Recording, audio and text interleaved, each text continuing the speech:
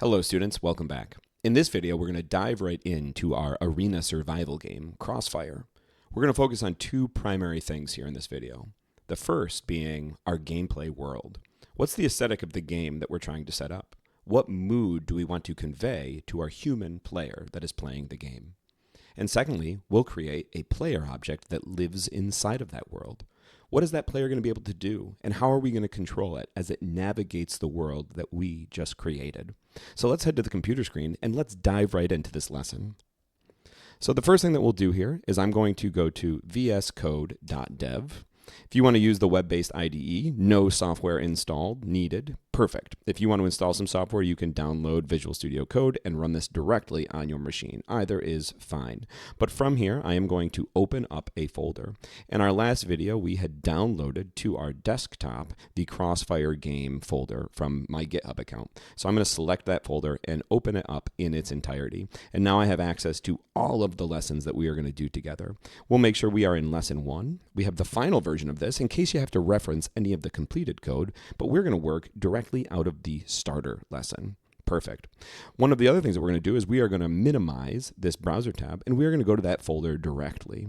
And I am going to go to lesson number 1 and I'm going to open that starter file in our browser. So now I can see the state of our game. I got this teeny tiny little player on this mustard yellow background. It's really, really bad. And so we've got to do some work to make it significantly better. So let's head back over to our IDE, or Integrated Development Environment.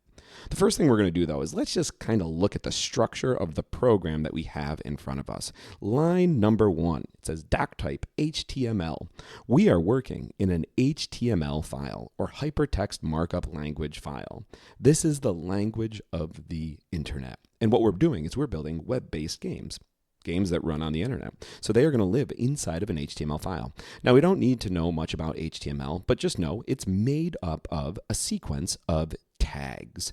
A tag is something that lives inside of angled brackets. So right here, you see I have a title tag and a closing title tag. We open a tag, we close a tag. We open a tag, we close a tag. We are thoughtful people. Just like if you open a door, you should close the door. And then information lives inside of those tags. So inside of this title tag, I have the name of my game. It's called Crossfire. Let's just see what happens if I change that to my name. And so if I click Save Changes, if I come over my game, right here in this tab, you see the name Crossfire. If I refresh the page, it now says Mike. So we can change the information that appears inside of these HTML tags. So I'm just going to change that back to Crossfire because I think a game called Mike is not that great. Now let's look at one more tag here. We have a script tag. We open it, we close it. And if we look here, script tags are where JavaScript is going to live. And JavaScript is the programming language that we use on the internet. It's the programming language that we're going to use to create our game. But right here in this script tag, we're not actually going to write any JavaScript.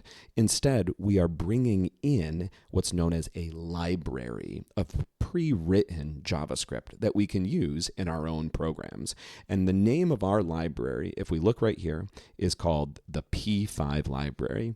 The P5 library is a great JavaScript library to render graphics inside of a browser. And that's exactly what we need to do. We need to render or create the graphics for our little tiny player object. We need to render the graphics for our mustard yellow background. We need to render the graphics for the text that appears in our HUD. And the P5 library is going to help us do it. If we scroll down a little bit more, we've got some other tags, a style tag, a head tag, a body tag, and then we've got another JavaScript tag. And if you look, we open it. Where do we close it? Whoa, I'm going to scroll all the way down to the bottom of my program. And there we've closed that JavaScript tag. So inside of those two tags live all of our JavaScript code that is the program of our video game. So this is all of the code that we get to write, we get to edit, to change our game. And so let's look at what lives inside of this script tag. Well, right at the beginning, we have our lesson, Crossfire, lesson number 1, welcome. Glad you're here. And then we have the scope of the lesson, our world and our player. And then we have something called our mission checklists. Every lesson is going to have 8 individual missions that take our game from its terrible, terrible, terrible state, in case you forgot, this is the terrible state right here, and turns it into a much better gameplay version of that game. And we will solve all 8 of these missions together, and we'll learn as we go about doing it. If we scroll down a little bit further, though, there's something called the student edit zone, safe to modify. Right here, we have a bunch of constant variables that you can go through and change as you please to change how your game operates. You will not break anything by changing a variable in this section. But note, there is an ending to the student edit zone. Anything past this point, if you make changes and you make them incorrectly, warning, your game will be broken. It's sort of scary, but I'll guide you through the correct way to make all of our changes here. Let's go outside of the student edit zone. We've got these things called functions. A function is just a block of code that we can call or run whenever we want to. Think of it as like a set of instructions. Instead of running each individual line of code, we can just run this function, which will run all of the lines for us. So let's just explore the functions that we have to work with. We've got a setup function, a draw function, reset game to defaults, update player, get input direction, draw scene, draw background, draw player, draw HUD. And then we're done. So let's just look at the scope of what these functions are doing. It looks like we've got functions that draw stuff to the screen, and we've got functions that update stuff in our game. And that's a huge idea when we talk about gameplay development. It really is 3 distinct steps. First, you've got to define your data. Then you have to update that data. And lastly, you got to draw that data to the screen. And so we're really going to focus on separating those 3 elements: defining data, updating data as you play your game, and drawing the data so you can visually see what's going on. All right, with that wonderful overview out of the way of our starter file here, let's go right back to our mission checklist. Let's solve our first mission. Mission number 1, we want to change the battlefield background color. Okay, how do we go about doing that? You're probably sitting there going, I have no idea. Well, let me tell you. Let's hit Control F on our keyboard right now. And what that's going to do, it's going to bring up this super helpful tool here, the search bar, where we can find any phrase in our code. And the phrase that we are going to type out here is mission space 1. You see, I've only got 2 instances of this phrase, I'll call it a tag, that exists in our code. The first is right here in our mission checklist. We got to change the battlefield background color. And then if you hit, you can see 1 of 2. Well, if you hit this down arrow, it's going to bring you to 2 of 2 right here. And this is where that mission lives inside of our code. And it's telling us we need to change the background color. Observe how it changes the mood of the battlefield. All right, and so if we look, we have something called const bg color and then this weird looking object right here. What exactly is that line? Well, that's the line we need to target in order to solve this mission. First off, we have a variable. This variable is called bg color. It stands for background color. And if you notice, it is all capital letters. And that is because this variable is a constant variable. If we know that a variable will not change its value once we define it, we can set it as a constant. It just makes the program run a little bit faster if our program knows that, hey, this variable, it will never change its value. So we initialize it or set it up as a constant, C-O-N-S-T. Right? If you think about it, once I run my game, the background color set, I'm never going to change it. So it's perfect. Now, we set this variable to hold a value. The value that it's holding is this weird looking thing inside of quotations. First off, if something is inside of quotations, it is known as a string data type. That's going to be important for us. And inside of here, the first character in our string is a hashtag. So that indicates that this number, yes, this is a number, 9991F is a number. It is a hexadecimal string. What in the world is hexadecimal? Well, typical numbers, if you think about decimal numbers, human counting numbers, we start at 0, 1, 2, 3, 4, 5, 6, 7, 8, and 9. Well, where do we go after 9? We ran out of digits. We just go to 1, 0, and then 1, 1, 1, 2, 1, 3, 1, 4. We just keep going, right? It's easy. Well, hexadecimal is a number system as well, but instead of using the digits 0 through 9, it adds a few more at the end. 0, 1, 2, 3, 4, 5, 6, 7, 8, 9. And then we actually have more options. We have A, we have B, we have C, we have D, we have E, and we have F.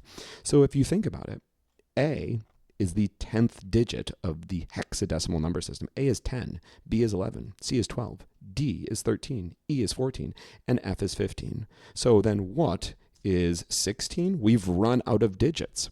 So we just take 1, 0 as 16. This is known as a base 16 number system, and colors can be defined using hexadecimal values. Now, when we talk about this hexadecimal string, this is actually 3 colors tied in here. The first 2 hexadecimal digits are our red channel, then we have our green channel, and then we have our blue channel. And so right here, for our red channel, let's just say we want no red. I'm going to set those 2 values to 0, 0. If I want no blue, I'm going to set those to 0, 0. And so right now, the only thing that we have is green. If I run this, wow, that's a bright green. How much green can I actually get? Well, the largest value you can set here for this 2-digit hexadecimal value is FF. And that corresponds to wow, that's a bright green. FF corresponds to the decimal number 255. So the range could go from 0, 0, 0 to FF, 255. What happens if we put all the red, all the green, and all the blue? Whoa, we get white. And that makes sense to me. As a physics teacher, I know that when you mix red, green, and blue light in equal proportions, you get white. So that looks pretty good. And if I do 0, 0, let's get rid of all the colors. No red, no green, and no blue. I get black. All right. So what's going to happen if I maybe just, I don't know, mix like all the red, all the green, and none of the blue? Well, red and green mixing in proportion make yellow here. All right, so that's kind of cool. Now that we let's just do one more thing. All right, what if I lowered the green a little bit? So let's set it to, A1. So I'm lowering the green. So I should still get a yellowish color, but now the red is more dominant, and so it's starting to turn orange.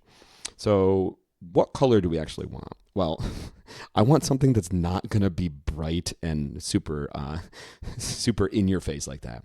I want to make like a battlefield looking color. So I'm going to try to choose like an army green. And so I'm going to do 1, 6, just a little bit of red, 2, 4, a little bit of green, but a little bit more green, and then 1B, a soft amount of blue. And when I do that, I get a nice army green style background. And that's exactly the mood that I want for my battlefield. Mission 1 is complete. Let's move on to mission number 2. Mission number 2 says, let's make the player larger. Because right now, oh my goodness, they're so tiny. They're so cute. We got to change one of these values. So mission 2, right now I've got the tag selected. It's 1 of 2. I'm going to hit the down arrow and go to where that mission lives. We are going to increase the player radius value to make the player stand out more on the battlefield. So if you look here, we've got more of these constant variables defined. Constants because once we set them, we're never going to change it. Our player is not going to grow or shrink. It's always going to be the same size. And right now, it's set to 5. That seems like a really small number. Let's bump it up. Let's make it 10 times bigger. Let's bump it up to 50. Holy moly, that's a big player. All right.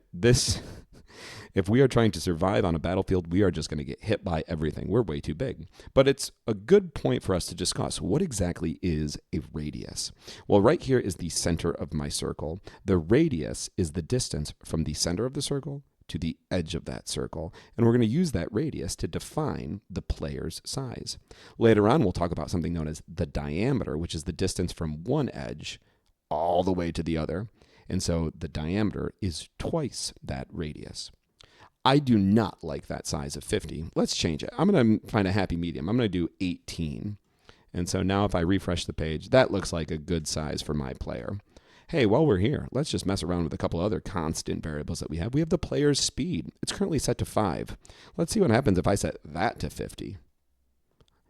I'm going to start zooming, I bet. Let's see. Whoa, way super agile. I I'd still probably lose at this game. And so I'm going to set that back to 5 right now. And what's grid spacing? I don't know. Let's just take a look. It's at 50 right now. Let's change it to 25. We're in the student ed zone. Let's have some fun. You can see the spacing between the grids has changed as well.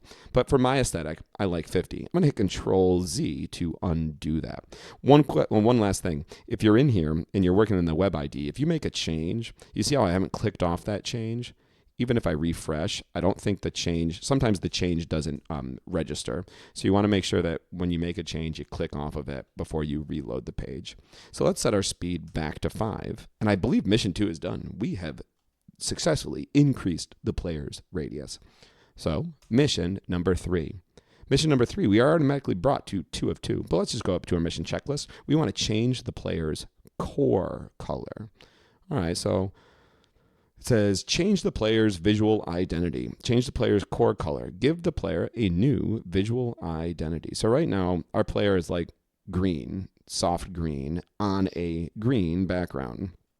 I mean, it looks all right. I think we can make it look a lot better, though. Let's make it stand out a little bit more. So if we look, we've got 2 colors that we're defining here. Again, they're constant variables. Once we define these colors, we're never going to change them.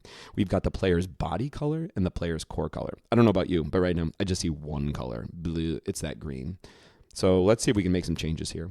For the body color, let's change out the body color. I want it to stand out a little bit more. I want to make it like white. So white is, give me all the red, give me all the green, give me all the blue. But that's going to be a really bright white. I want to subdue that white a little bit. So let's lower the red, make it a little softer, D9. Let's lower the green a little bit, I don't know, E1. And let's lower the blue a little bit, E8. If we refresh the page, hey, we get that nice white. That stands out a little bit better. And I like how it sort of matches the text color that we have there. That's a pretty good look.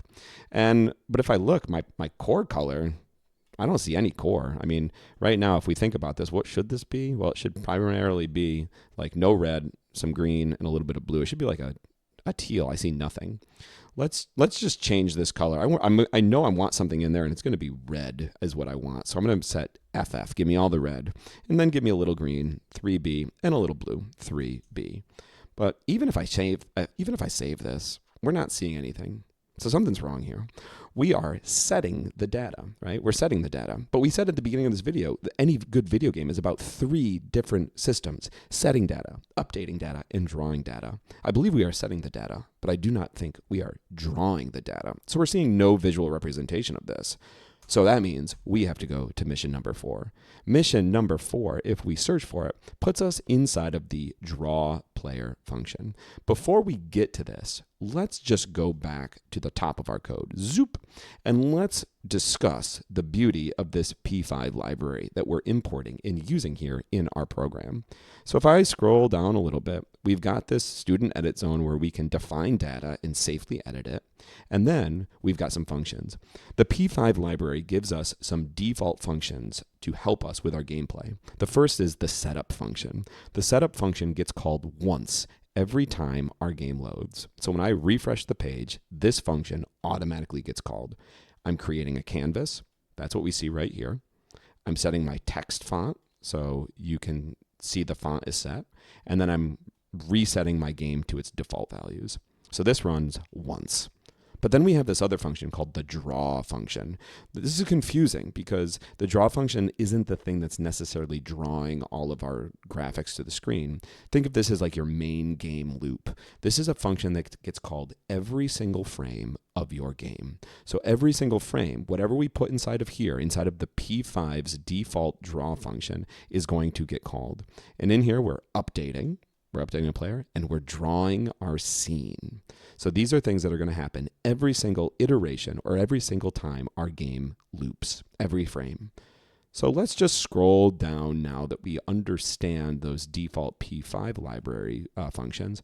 And this is the draw scene function. This is something that we had to add, but we're calling it every frame of our game. And in here, what are we drawing? We're drawing our background, we're drawing our player, we're drawing our HUD. So this is sort of like a helper function. This function calls other functions. So this function is going to handle all of our drawing. What happens if I comment one of these out? Like if I just put two slashes to comment that line out, now I'm not drawing my background. Whoa, my background is gone. Let's bring it back. I want it. And if I comment out the draw player, whoa, the player is now gone. We need all of this. So now let's go look at the draw player function. Inside of the draw player function, we're doing a handful of things. The first thing we're doing is we're calling no stroke. What exactly does that line mean? Well, imagine you were drawing a shape. Imagine you put a marker down on a piece of paper and you drew a circle. It's a red marker, right? And then you wanted to color that circle blue. Well, you'd fill it in blue. You are going to see the red outline of the marker that you drew. What no stroke does is it gives you an invisible marker, so you will never see that outline. Then we call the fill function, and we put in a color here, the player's body color. I like to think of fill as, let's put some paint in a paint bucket. We're going to fill our bucket with paint, and we're now going to fill in the next shape that we draw with that color. And the next shape that we draw is a circle. A circle takes 3 pieces of information, or 3 arguments. It needs the x coordinate of its center, the y coordinates of its center, and then the diameter. Let's start with the diameter of the circle. We're setting it to be player radius times 2. Do you remember? We said that the radius is half of the diameter. So we're multiplying it by 2 here. And then we are giving an x coordinate and y coordinate of the circle center as the player's x position and the player's y position. Where on earth are we actually getting those values, though? Well, if we go up, we define right outside of our end of student edit zone, we define a player variable. That player is an object. It lives inside of these squiggly brackets, and it has 2 properties, an x property and a y property. And if you notice, we defined the player with the let statement, not a const, because this player is going to change as we play our game. We are going to change its x position and its y position. So if we go back now to our draw function, let's draw the player's core. So we're already drawing the player's outer body. We got to draw the player's inner body. So the first thing I want to do is I'm going to put a new paint color in my bucket. So I'm going to use the fill command because we had set a player core color. For me, I think it's going to be a nice red. And now I want to draw a new circle with that paint. I'm going to put its x coordinate at the player.x, so the x position of our player, and player.y, the y position of our player. And then let's think about the size of this circle. Let's just do player radius. And if you look over here, as soon as I start typing, I get this nice list of options. If you are on one and hit tab, it will auto-complete it for you. And let's multiply it by 2. Let's just see what happens. So basically the same line of code. Whoa, I get a circle, but it's now red. That is the color I want. It's just that the circle is way too big. See, we draw the white circle here, and then directly over it, we draw a red circle. So the order with which you draw objects matters. So we overlap these things. But I don't want to fully overlap it. I want to make this circle a little bit smaller. So I'm going to get rid of the times 2. Let's make it just like half as large. And so now there is our player object. That guy looks awesome. Very good. Mission number 4, complete. Let's go to mission number 5. We're making great speed here. Check keyboard input and update direction values. Check keyboard input and update direction. So let's go to mission number 5. It lives inside of this function called get input direction. What exactly are we doing here? Well, if you notice, we got great horizontal movement, but no vertical movement. That system is broken. We have to figure out, hey, is the user trying to move up and down? If we look, we have a couple of variables inside of this function, dx and dy, and they're defined using let. That is because these things are going to change throughout the scope of this function. dx, or the change in x, dy, or the change in y, are initially set to 0. We are assuming the player does not want to move. There is no change in x. There is no change in y. And then we have these things called if statements. If statements or conditional statements are a way for us to ask questions, and those questions live inside of parentheses. If those questions evaluate to yes, true, then whatever code we have next to that will execute. If they evaluate to no or false, then it won't execute. So let's look at the question we're asking here in this first if statement. It says key is down 65. These two vertical lines mean or. Key is down left arrow. Every key on your keyboard has a key code. The letter A has a key code of 65. This question is asking, is the A key being pressed or is the left arrow key being pressed? If either of those are being pressed, it probably means the user wants to move their player to the left. And so if we look, if that evaluates to yes or true, we take that dx variable and we minus equals 1, or essentially we subtract 1 from it. Well, 0 minus 1 is negative 1, so dx is negative 1. That means negative 1 move to the left. What if the question were key is down 68 or key is down right arrow? 68 is the key code for D. So if you're pressing D or the right arrow, then we're going to make dx positive 1, which means we want to move to the right, positive direction. Hey, that works pretty good. What's happening in the vertical direction? Well, if the key down is key code 87, which is W, or the key is down up arrow, we want to move up. So we're going to now target dy, and we're subtracting 1. We're doing minus equals 1. That's a little odd, but if you didn't know this, in our canvas, the y value of 0 is at the top, and y increases as you go down and decreases as you go up. So if we subtract 1, that means we're moving in the upwards direction. Hey, this is pretty good. But we've got nothing for our downward direction, so we got to finish this. So let's ask one more question. If, parentheses, for our conditional statement, key is down, and then we got to put a key code in here for the letter S. That key code is, I believe it is 83. Let me just double check here. It is 83. That is correct. Or two vertical bars. Key is down, and then we are going to put in the down underscore arrow. If that is evaluates to true, we're going to take the dy variable and we're going to add 1 to it. All right, so do we have vertical movement yet? If I refresh the page, we do not. We're still broken. Well, that just means we got to do another mission. So if you look here, there's this super important line right here. We are returning those variables dx and dy that we just set. And we're returning them as an object inside of curly brackets. Functions can return information to other places within our code. Where exactly is this information going? Well, we got to go to mission number 6 in order to figure that out. We're going to finally move the player using those directional values, dx and dy, that we just created. So if I hit down here, mission 6 puts us in this update player function. See, we said it's all about 3 things: defining data, updating data, and drawing data. Well, we've defined data, we've drawn data. Now we got to update our data. The first thing that we do inside of this function is call the getInputDirection function. If I scroll down just a little bit, it's right here. We just worked in this function, and we are returning the dx and dy values. When we call getInputDirection, those dx and dy values are returned to us, and we are storing them in a variable called moveDirection. So moveDirection has dx, moveDirection has dy. They are numbers. Dx is either going to be 0, -1, or +1. If the player is not moving horizontally, dx is 0. If they're trying to move to the left, dx is -1. And if they're trying to move to the right, dx is +1. And we're going to use that value to update the player's position. So if you look here, the horizontal movement system is already in place. We're taking the player's x property, their x position, and we're adding to it whatever dx was. It's either 0, +1, or -1, times the player's speed. So if you think about it, player speed is just 5. So if they're trying to move to the left, dx is -1. -1 times 5 is -5. The player's position moves 5 pixels to the left every frame. If they're trying to move to the right, dx becomes +1. +1 times 5 is +5, and our x property is going to change by 5 pixels to the right every frame. And if we're not moving at all, then dx is 0, and 0 times 5 is 0, so our x position changes by 0. So that works pretty good. But oh my goodness, look at player.y. It's just currently set to 0, always. We don't want that. We got to implement this vertical movement system.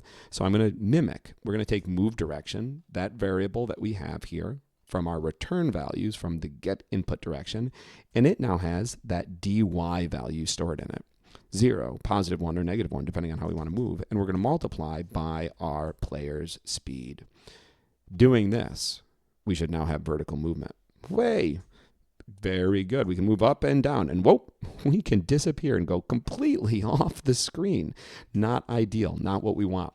We got to fix that. We have to somehow constrain our player. In fact, if we look at mission number 7, it's all about movement boundaries. We have to keep the player inside of the playable area. In order to do that, we are going to issue constraints on the player's motion. To constrain a value means to set it between some minimum and maximum value. If it tries to go below the minimum, we set it to the minimum. If it tries to go above the maximum, we set it to the maximum. And if you look, we've got the code set for horizontal motion. That is constrained nicely. We're going to mimic that code structure for the vertical motion. So we're going to take the player's Y property, its Y position, and we will constrain it. Constrain takes 3 pieces of information in order to operate properly. First is the value you are trying to constrain. We are trying to constrain the player's Y property. Next is the minimum value it might have, and then the maximum value. So I don't know, let's just start with 0, the minimum value, which is going to put us all the way at the top of the screen. And then all the way at the bottom, our maximum value is the height of our canvas. And then I'll put a semicolon here for good JavaScript practice. All right, so let's just see what happens. If I try to go down, am I going to be constrained? Sort of, right? Ish. I'm ish constrained. Really, I want to be right here, but I can go half off the screen. And the reason why is our player is defined by its center point.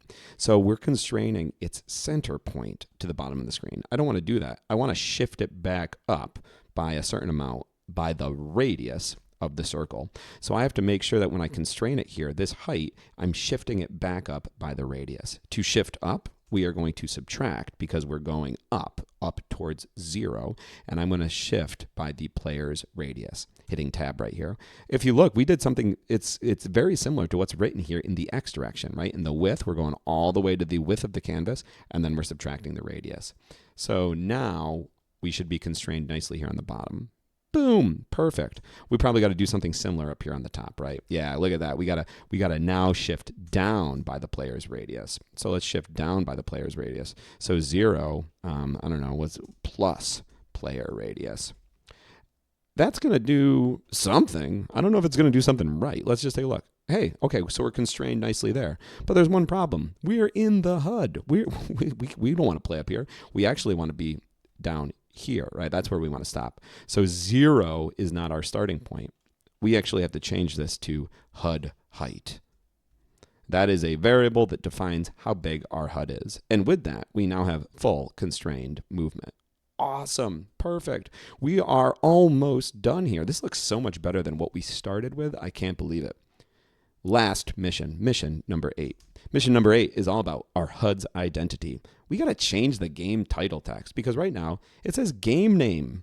That's a pretty bad name for a game, if I say so myself. We got to make it better. We're going to change the game's title text. And you guys can name your game whatever you want. But before we do that, let's see where this mission lives. It lives inside of a function called draw HUD.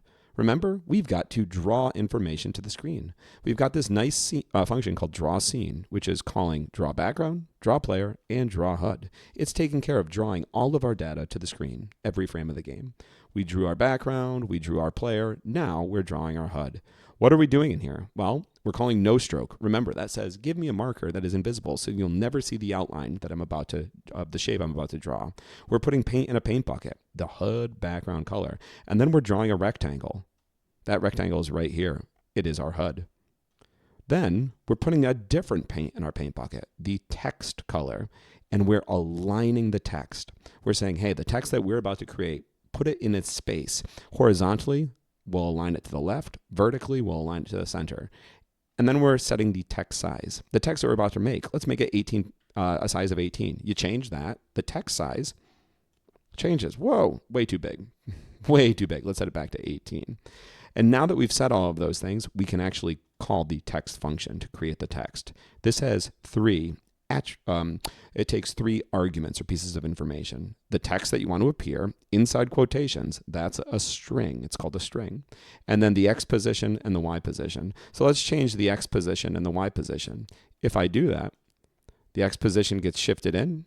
Oh, did the Y position not shift? Yeah, I didn't move my cursor. And the Y position goes down. So now we're 150 pixels in, 250 pixels down. But I don't want that to happen. I want it to live inside of my HUD, so I'm going to do Control-Z to change that. And the last thing that we are going to do, our final mission of the day, is change the text of this string to the game name. You can name it whatever you want. I'm going to name it Crossfire. There we have it. A completely different game than what we started with. All right, so we've got bounded movement, player movement. Our background looks great. We're updating. We're drawing. I'm super, super happy. I hope you're happy too. We did a lot in this video. We learned about the structure of our program files, right? This HTML file, and we learned about the P5 library that we're going to bring in and how we can use its setup and draw functions to make a game. And then we explored some of the functions that we wrote ourselves. Those functions allowed us to do three main things: define data, update data, and draw data. The three core principles of any good game. We're going to continue to build on this in our next video, and I can't wait to see you then.